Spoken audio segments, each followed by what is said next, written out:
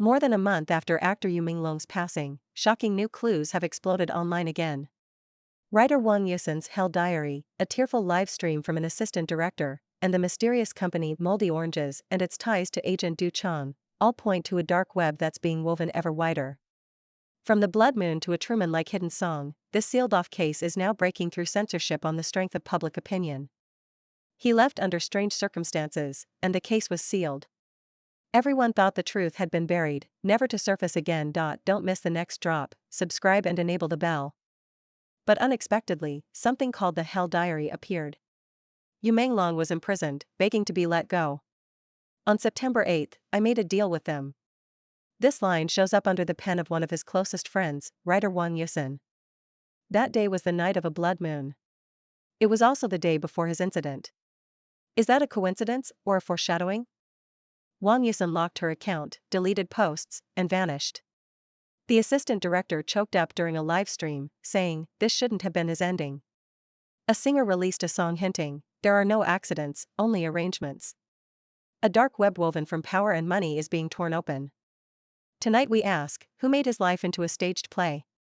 And who, behind the scenes, wrote this script? The most terrifying revelation?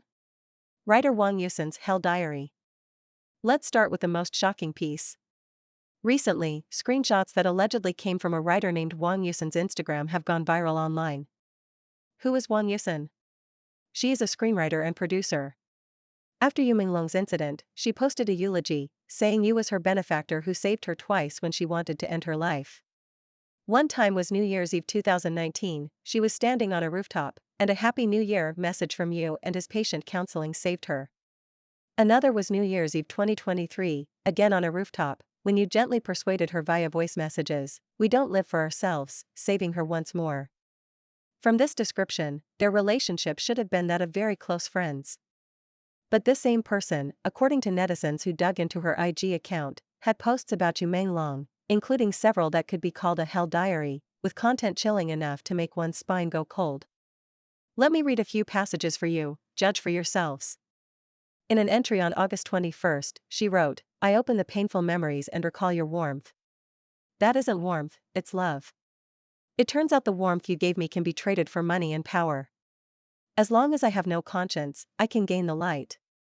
I will be imprisoned in moral darkness. So will you. And I will begin to use this warmth to lead you into a cage. Deal, money and power, lead into a cage, these words are a far cry from the sunny, warm image in her earlier eulogy. What's more terrifying comes later. In the September 8 diary, she is even more explicit, Yu Menglong has been imprisoned, and he's in a very bad state. At 3 p.m. on September 8, I made a deal with them, turning affection into lies to strike Yu Menglong hard. Yu Menglong was imprisoned, begging to be spared. The love I abandoned became your evil drama. At the end of the diary, there's another line, on September 9, I'll look back at you one more time, this is your S-game. In parentheses she even notes, September 8 to 9, 2025 is a blood moon, you can check. Think about what kind of scene this describes. Compared to the official notice of an accidental mishap due to drinking, which sounds more like the truth. Of course, to be objective, because Wang Yucen's IG account has been locked, we cannot personally verify the authenticity of the screenshots. But the text is so horrifying, and the timeline aligns so closely with the time of Yu Menglong's incident, that it's hard to ignore. In the screenshots exposed by netizens, there's also a card Yu allegedly gave to Wang Yucen, saying, classmate Yucen, don't lose weight, you're already very slim. Wish you to find your OPPA, ideal boyfriend, soon. Content like this most likely would appear on Wang's social platform account, making it hard not to draw connections. Moreover, Wang Yucen's identity has grown increasingly complicated. She previously clashed with netizens over the whereabouts of Yu's beloved dog. It was said that, in his final anguished cries, Yu called out the dog's name, Fuli. Everyone asked where the dog was. On October 4, Wang posted, the dog is fine, saying it had been adopted, but she couldn't reveal by whom. This statement did not quell doubts, it made netizens suspect she was helping certain people maintain stability. Amid the swirling doubts, she deleted the post, and her Weibo account also disappeared. So what is Wang Yucen, deeply entangled and a knowledgeable victim, or a complicated, multifaceted participant? Are those writings a true record, or is there something else behind them? For now, we'll leave a question mark. What do you think, watching from your screens? Feel free to share your view in the comments. A conscientious voice from inside the industry. The assistant director speaks live to support Yu Menglong. If Wang Yucen's diary lifts the veil from a very private, shadowy angle, then the assistant director who spoke up does so from a professional, third-party perspective, telling us what kind of person Yu Menglong really was. This assistant director worked on the TV series A Rain Under One Umbrella. A Rain Under One Umbrella is a period fantasy romance starring Yu that streamed exclusively on iQIYI in December 2024. The assistant director started a live stream on Zaya Hongshu to say a few words for Yu. What he said wasn't earth-shattering inside info, but it was all about details, and details reveal character best. He said Yu was extremely professional and dedicated, his movements were fluid, clearly the product of hard work over time. He said Yu's character was excellent, good manners carved into his bones. He mentioned that at a ceremony, when Yu accepted a red envelope, he used both hands, bowed slightly, nodded, and said thank you. This small gesture made the assistant director remark, details show character, and that Yu was always thinking of others. He added that Yu cherished this opportunity very much. It was his first series after a 3-year gap. When he received the red envelope, he tilted his head back and took a deep breath, as if to encourage himself. The assistant director's mood was heavy in the livestream. He said he felt so oppressed, and that someone as good as Yu shouldn't have met such an end. The livestream resonated with many netizens. The comments were full of messages like, kind people shouldn't be treated this way, we're not his fans, we just think it's tragic, and waiting for dawn. Some said they were muted for a month simply for mentioning his name and praising his looks, showing how absurd the speech control has become. Why is the assistant director's voice so important? Because throughout this incident, we've seen too many industry insiders choose silence. As a collaborator, he was willing to stand up and affirm Yu's character. This alone is a silent protest. He told us the victim was a warm, kind, hard-working actor, which makes the so-called accident explanation seem even more flimsy. A web that keeps widening, singers and companies pulled in. As netizens dig deeper, more people and companies have been pulled into this storm. Among them, 2 up-and-coming singers, Wu Yaotao and Zhou Pin, and their company Moldy Oranges Culture and Media, have become new focal points. Let's sort out their relationships, it's like watching a suspense drama. Wu Yaotao, an artist under Moldy Oranges. Some netizens claim he was suspected to have appeared at several key scenes in Yu's case. In footage neighbors shot through a peephole of a mysterious gathering, a figure allegedly resembled him. At the Bulgari Hotel on the night of the incident, where Yu's cries were reportedly heard, a person with a similar look was filmed. Some even say that on July 16, when Yu was under surveillance, the masked man beside him looked a lot like Wu. Yu's expression was blank at the time, and only his fingers kept tapping his phone, as if sending a distress signal. Zhou Pin, legal name Zhou Yizhou, Wu's boss and chairman of Moldy Oranges. His relationship with Yu was not ordinary either. At the beginning of Yu's career, he wrote songs for him.